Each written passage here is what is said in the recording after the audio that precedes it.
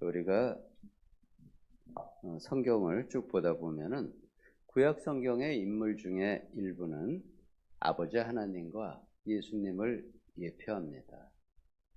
대표적으로 아브라함이 아들 이삭을 제물로 드리는 모습에서 우리는 하나님의 마음과 또 예수님의 예표를 볼 수 있습니다. 이후로도 요셉, 모세, 다윗 등의 많은 인물을 통해서 하나님은 예수님의 삶을 그들을 통하여 예표하게 하십니다. 지금 우리가 묵상하고 있는 욥기의 말씀에서 욥도 예수님을 예표하는 모습들이 있습니다. 아무런 죄가 없이 고난 가운데 믿음을 사단에게 증명하기 위한 모습, 그 모습을 16장 10절에서는 이렇게 표현을 하고 있습니다. 무리들은 나를 향하여 입을 크게 벌리며 나를 모욕하여 뺨을 치며 함께 모여 나를 대적하는구나. 이러한 욥의 고난의 모습은 예수님의 고난을 떠올리게도 합니다. 또 다윗이 사울 왕을 통하여 사울 왕과 백성에게 받은 고난도 또 이에 못지 않습니다. 욥은 자신이 받는 고난이 세상을 쫓아 살다가 자신의 욕심을 쫓아가다가 받은 것이라면 하나님 앞에 답이 있을 텐데 하나님이 자신을 대적하여 생긴 것이므로 세상의 법칙으로는 답이 없다는 고통을 친구들에게 호소를 하고 있습니다. 그렇지만 세상과 친구들은 욥의 주장을 받아들이지 않습니다. 그래서 17장에서는 그러니 내가 차라리 죽는 게 낫다. 지금 상태는 내가 이미 죽은 것과 다를 것이 없다고 고백을 합니다. 하나님으로부터 외면을 당하고 또 가까운 사람들도 자기의 말을 들어주지 않는 그러한 처지가 되었습니다. 사람이 겪는 고통, 이 고통에는 어떠한 의미가 있을까요? 하나님은 우리에게 고통을 허락을 하셨습니다. 하나님과 예수님을 믿는다는 것은 처음에는 쉬워 보일 수 있지만 그 신앙과 믿음이 깊어지는 과정은 쉽지 않습니다. 왜냐하면 하나님께서 우리에게 요구하는 것이 간단하지 않기 때문입니다. 우리는 그러한 하나님의 깊은 요구를 때로는 외면합니다.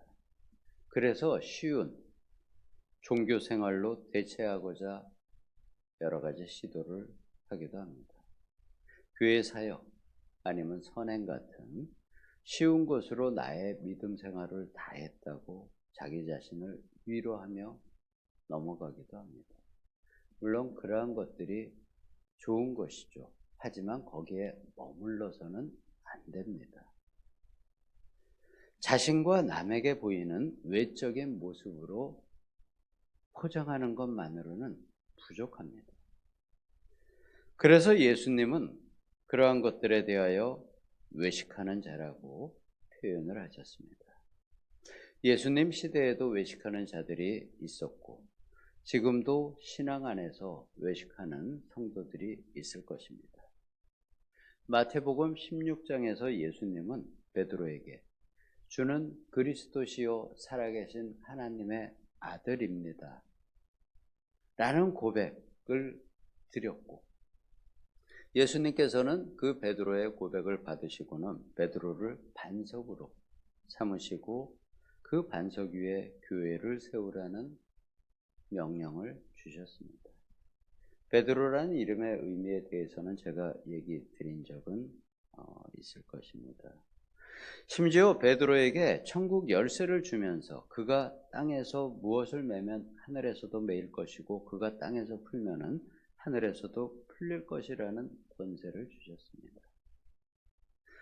아주 은혜로운 말씀이지만 예수님의 말씀은 여기서 끝나지 않고 그 뒤에 이어지는 내용이 또 있습니다. 살아계신 하나님의 아들이자 그리스도이신 예수님이 예루살렘에 올라가서 장로들과 대제사장들과 서기관들에게 많은 고난을 받고 죽임을 당하여 제3일에 살아나야 할 것을 이어서 말씀을 하십니다. 세상과 제자들이 그 당시에 생각했던 그리스도의 길, 하나님 아들의 길과는 너무도 큰 차이가 있었습니다. 이 말씀에 대해서 베드로는 그래서 이렇게 반응을 합니다. 주여 그리하지 마옵소서.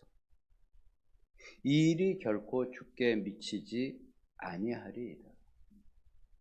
베드로가 생각하고 있는 그리스도의 길이 그것은 도저히 아니었던 것이죠. 이에 대한 예수님의 반응 또한 또 놀랍습니다. 사단아 내 뒤로 물러가라. 나를 넘어지게 하는 자도다. 내가 하나님의 일을 생각하지 않고 도리어 사람의 일을 생각하는도다. 예수님의 그 십자가 고난의 길에 대한 하나님의 생각과 사람의 생각이 다르다고 주님이 말씀하시는 것입니다. 지금 욥에게는 하나님의 명예가 달려 있습니다. 만약에 욥이 친구들에게 자신의 죄로 인하여 지금의 고난을 받는다고 인정을 하게 된다면 그 고백으로 인하여 하나님은 사단과 사람들 앞에서 아주 곤란한 입장이 되십니다. 예수님은 십자가의 거룩한 죄 대속에 죽음의 길을 가시고 부활하심으로 하나님의 계획대로 사단의 괴계를 이기셨습니다. 욥도 역시 자신의 무죄를 하나님께 증명받고 사단의 괴계로부터 하나님을 명예롭게 해드려야 합니다. 예수님이 사단과 사망의 권세를 이기시고 하나님 보좌 우편에 앉으셨듯이 욥도 나중에 하나님께 처음보다 2배의 축복을 받음을 우리는 뒤의 내용을 알고 있습니다. 그렇지만 그곳에 이르는 과정이 쉽지는 않습니다.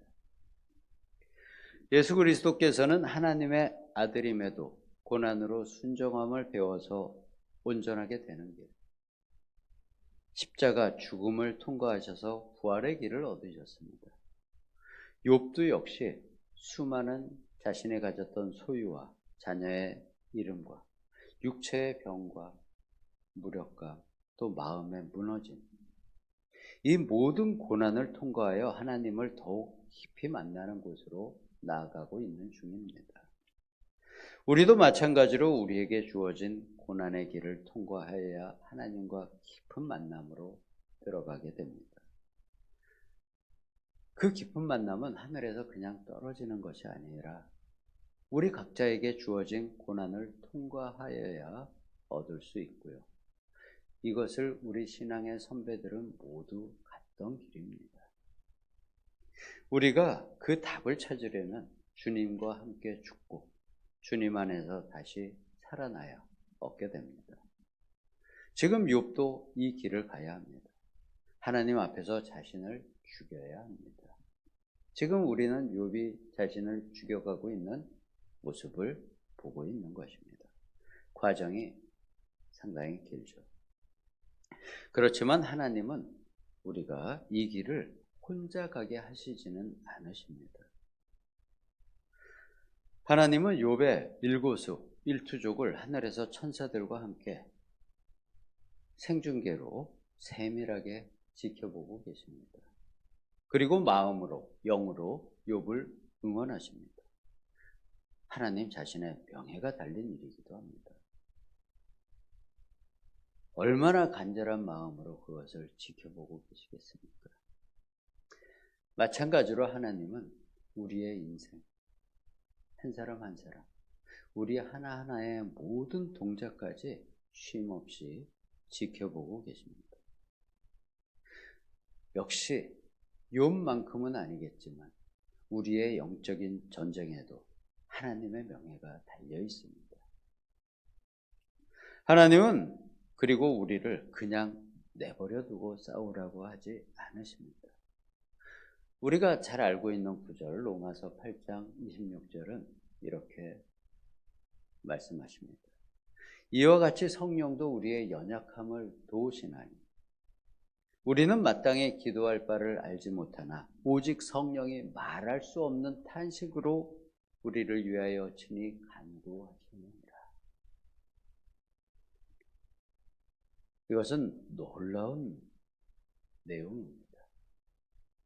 기독교는 이 모든 것을 창조하신 신, 그 하나님께서 사람을 위하여 기도하시는 유일한 종교이자 하나님이 사람의 고난에 함께 참여하여 동행하시는 유일한 신앙입니다.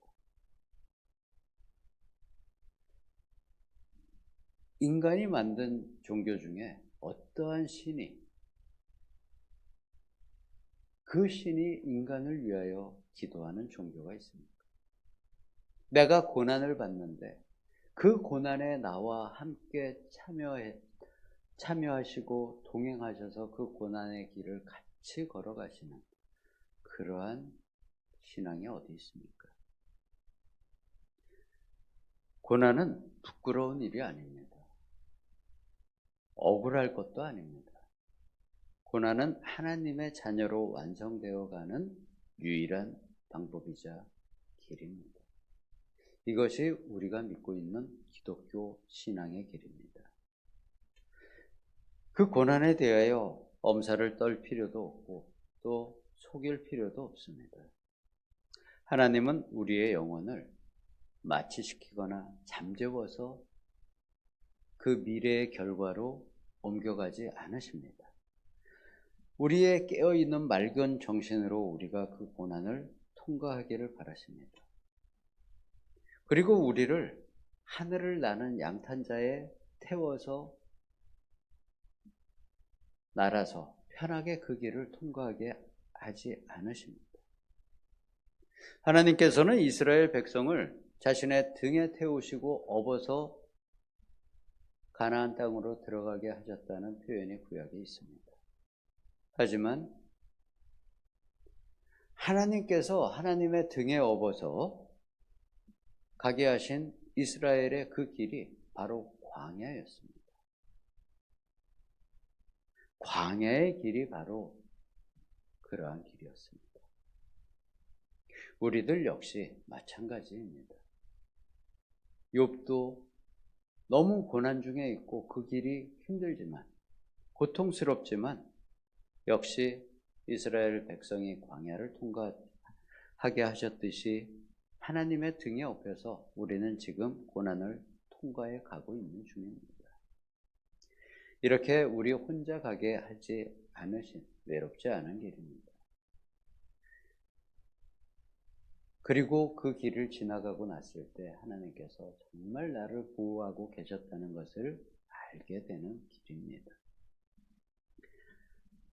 그러나 그 길을 가면서 우리가 해야 할 일이 있습니다. 예수님께서 역시 마태복음 16장 24절에서 이렇게 말씀하셨습니다. 나를 따르려면 자기를 부인하고 자기의 십자가를 지고 나를 따르라고 말씀하셨습니다. 예수님이 받으신 고난으로 순정함을 배워서 온전하게 되신 그 길처럼 우리도 억울함과 비명과 불평을 넘어서 하나님의 자녀라는 자랑스러운 명예 얻기를 예수님의 이름으로 축복드립니다. 기도하겠습니다. 아버지 하나님, 그 주신 은혜에 감사드립니다. 우리의 고난이 영광의 길을 가기 위한 도구임에 또한 감사드립니다. 우리를 불평과 부족함에 놓아두지 마시고 우리의 마음을 붙잡아 주시고 주님 가신 부활의 승리와 영광에 속히 이르기를 예수님의 이름으로 기도드립니다. 아멘.